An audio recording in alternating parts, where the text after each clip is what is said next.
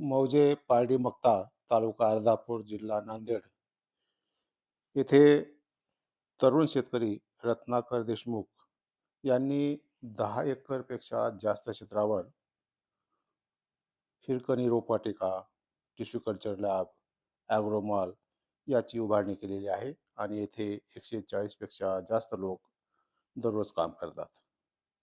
आणि या ठिकाणी एक महत्त्वाची बाब अशी सांगण्यासारखी आहे, की रोज सकाळी येथे एक सुंदर अशी प्रार्थना झाल्यानंतरच येथील कामगार कामाला लागतात.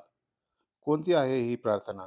चला ऐकूया. प्रार्थना हेच आमचे मागणी, हीच आमची प्रार्थना, हेच आमचे मागणी. माणसाने माणसाशी माणसा समवागणे,